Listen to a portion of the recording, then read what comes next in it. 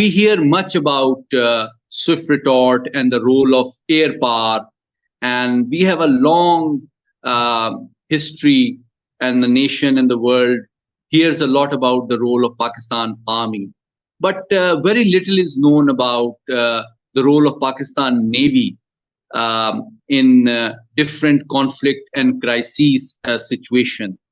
6 years ago, during the Pulwama crisis, I recall that Pakistan Navy also detected a very sophisticated and advanced Indian diesel electric submarine and played a major role in all major conflicts and crises. So can you provide us some of the key aspects of the role that Pakistan Navy has played in South Asian regional security, but in most significantly, the crisis and conflicts between India and Pakistan?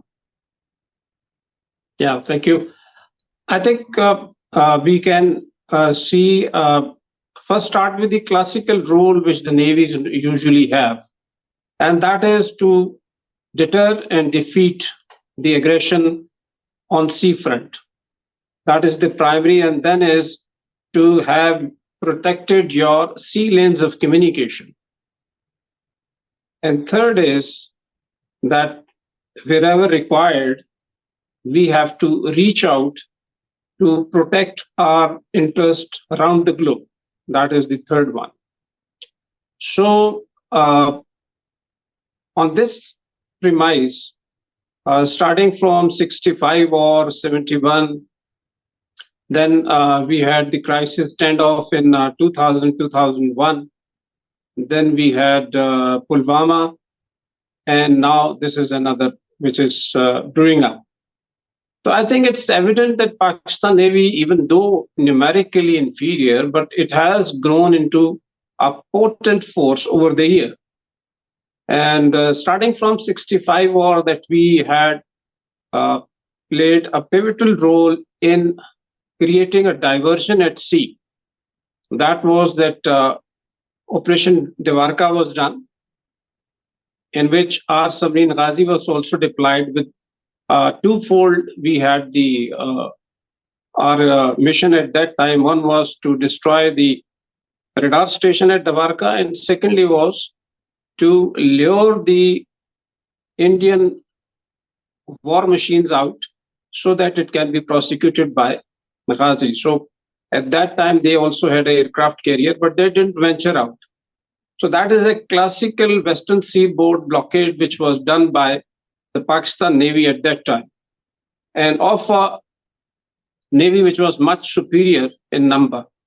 And then comes to 71, of course, we had a little surprise in terms of having the first attack on Karachi. But after that, when the Hangor, it struck, again their fleet, it went back, and Hangor was able to cripple INS Kukri, and then Irfan, which was damaged. So then comes next crisis was 2000, 2001. Again, our fleet was ready, and it was able to deter any aggression towards the seaward side. And then comes the Pulwama, which you have mentioned, that one of their very advanced submarine, which is a French submarine, Scorpion class, it was detected, and it was detected, not only detected, it was also held on contact for about 28 minutes. So this is quite a long time in which technically the commanding officer actually surrendered to the Pakistan Navy's air element. So that is the kind of expertise which we have.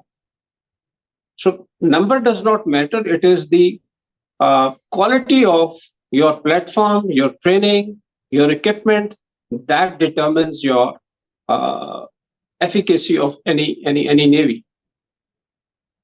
I think that's a very insightful and informative perspective, Admiral Saab. But let me ask you another question.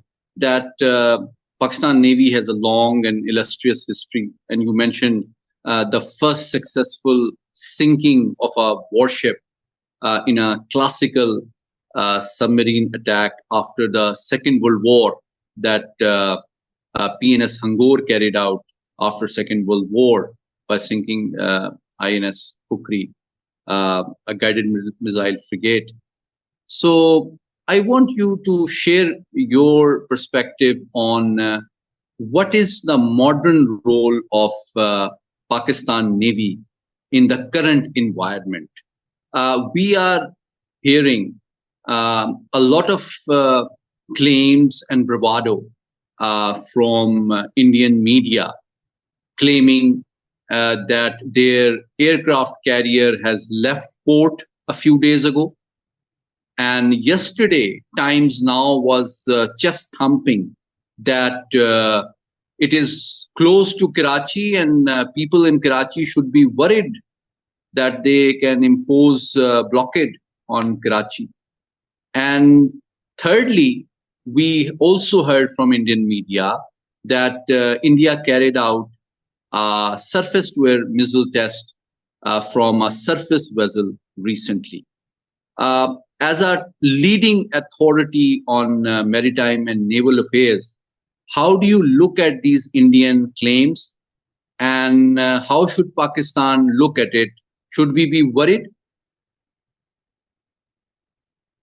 Yeah, coming towards, I think it's rolling in media, the aircraft carrier movement. But I can tell you that why we go back into a little history again, that since 1951, India has this carrier, but it couldn't be used in 65. It was whisked away towards Andaman Island. Again in 71 war, it was again taken away towards the Andaman Island. Unfortunate that our submarine, which was PNS Ghazi, it was purely deployed to hunt the aircraft carrier.